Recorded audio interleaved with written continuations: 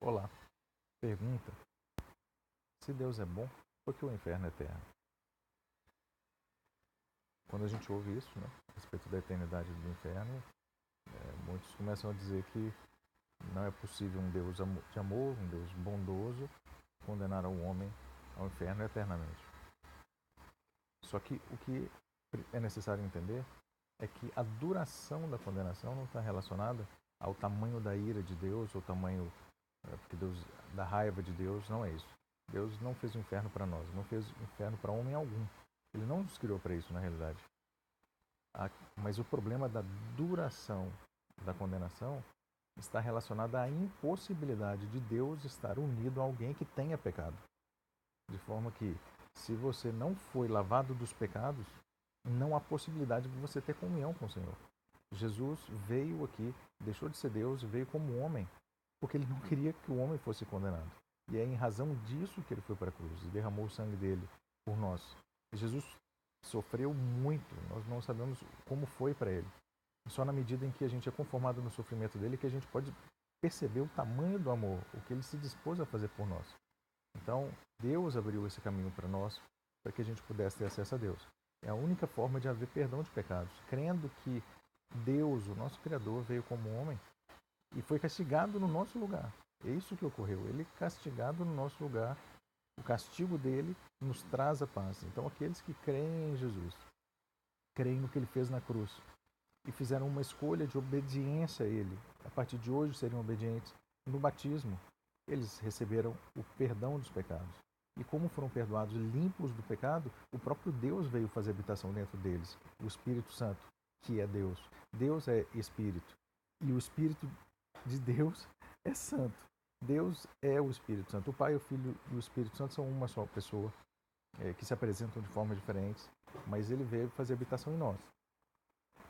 De forma que, se eu rejeitei a cruz de Cristo, se eu não criei no que ele fez, e se eu não fiz uma escolha de obediência total a ele, meus pecados, tudo aquilo que eu já fiz até hoje, está sobre mim ainda. E pelo fato desses pecados estarem sobre mim, não será possível estar junto com o Senhor, porque ele não tem nenhum tipo de pecado. Eu quero até colocar uma ilustração para você conseguir entender isso. É como se Deus fosse uma bacia de leite e fôssemos um copinho de leite bem pequenininho. Então, quando cometemos pecado, esse pecado azedou esse leite que éramos nós, esse pequeno copo de leite.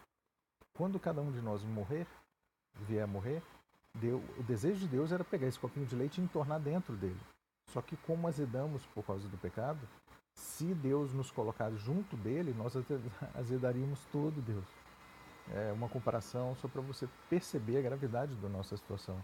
Então, a eternidade da condenação não está relacionada ao tamanho da ira de Deus, mas à impossibilidade de você ter os seus pecados perdoados, a não ser pelo sangue de Jesus. Então, se você, no decorrer da tua vida, você não fizer uma escolha de crer nele e não fizer uma escolha de fazer parte do reino dele, você não será perdoado dos pecados. E por isso será impossível vir a ter comunhão com o Senhor. Porque isso foi a demonstração de amor do Pai, né? Ele amou a gente de tal maneira que não deu a si mesmo, ele deu o próprio Filho.